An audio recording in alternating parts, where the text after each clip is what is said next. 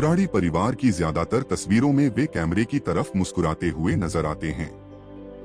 कुछ इस तरह छुट्टियों पर इंडिया गेट के सामने ले गए तो कुछ परिवार के साथ नारायण देवी के आसपास जमा हो गए।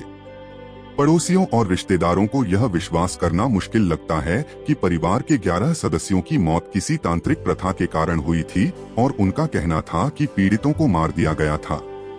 यहाँ उन सभी अजीबोगरीब चीजों पर एक नजर डालते हैं जो जांच के दौरान परिवार की मौतों के इर्द गिर्द पाई गईं।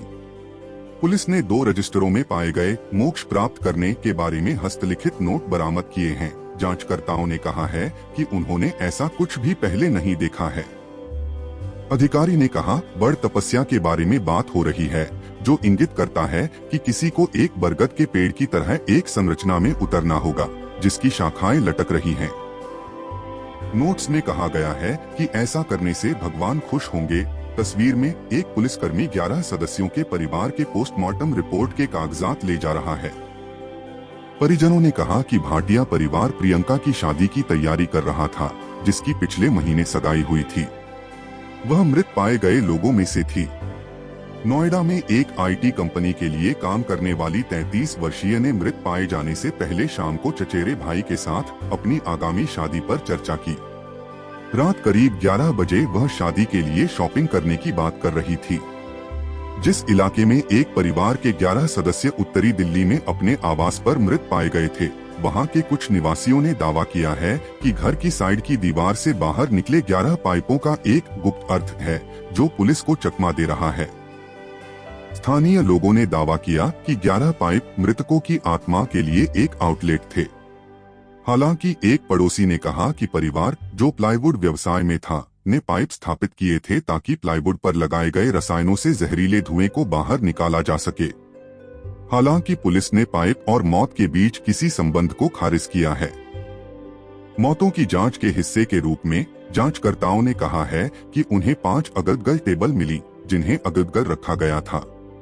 ओवरहेड तार की जाली से 10 लोगों के लटके होने को देखते हुए अंदाजा लगाया जा रहा है कि यह परिवार शेयर्ड साइकोटिक डिसऑर्डर से पीड़ित रहा होगा। पुलिस के अनुसार नारायण देवी के सबसे छोटे बेटे 45 वर्षीय ललित भाटिया ने सामूहिक आत्महत्या की साजिश रची और निर्देश के साथ नोट्स लिख लिए। उन्होंने 2015 में इन नोट्स को लिखना शुरू किया था। नोट्स से पता चलता है कि किसी समय परिवार ने ललित के पिता के साथ एक बैठक आयोजित करने की कोशिश की थी जिनकी 10 साल पहले मृत्यु हो गई थी।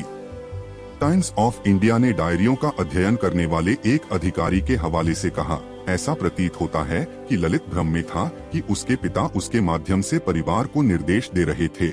ऐसी रिपोर्टें भी हैं जो आध्यात्मिक और रहस्यमय साहित्य के लिए उनकी पसंद का दावा करती हैं। इसके अलावा उन्होंने कहा कि उन्होंने रेकी का अभ्यास किया जो कि वैकल्पिक चिकित्सा का एक जापानी रूप है।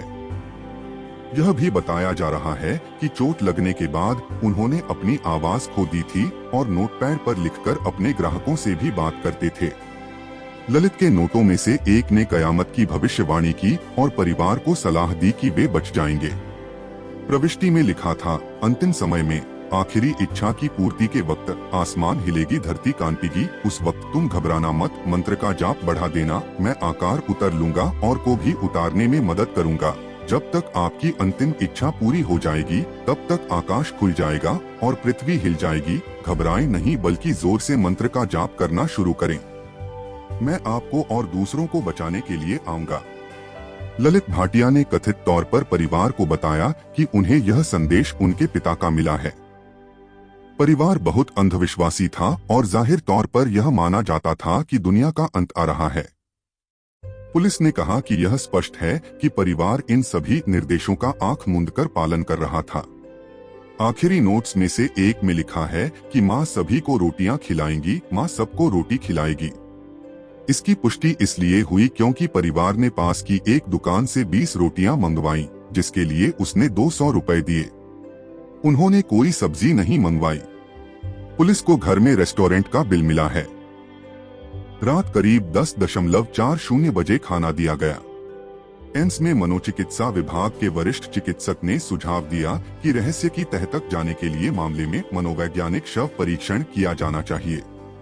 आम आदमी की शब्दावली में एक मनोवैज्ञानिक शव परीक्षा का मतलब पीड़ितों के रिश्तेदारों, दोस्तों और परिचितों के साथ बातचीत करना होगा ताकि यह देखा जा सके कि क्या कोई पैटर्न था, जैसे कि वे एक ही किताब या इसी तरह की थीम वाली किताबें पढ़ रहे थे या किसी पंथ का हिस्सा थे या उससे प्रभावित थे। कोई तांत्रिक, उन्होंने कहा। यह पूछे जाने पर कि वे कौन से कारक हैं जो लोगों को सामूहिक रूप से आत्महत्या करने के लिए प्रेरित करते हैं, डॉक्टर ने कहा, जो लोग भावनात्मक रूप से बहुत अस्थिर, भोला या कमजोर होते हैं, वे आत्महत्या के समझौते में प्रवेश करने के लिए प्रवृत्त होते हैं। आमतौर पर ऐसे मामलों में कई समानताएं होती हैं, चाहे वह उम्र, धर्म या किसी अन्य पहलू की हो। बुरारी मामले में 15 से 77 वर्ष की आयु का एक पूरा स्पेक्ट्रम है और एक युवा व्यक्ति की भावनात्मक स्थिति एक मध्यम आयु वर्ग या वृद्ध व्यक्ति से बहुत अलग है। साथ ही इस मामले में 11 नंबर प्रतिबद्ध करने के लिए भारी है। ऐसी हरकतें, उन्होंने कहा,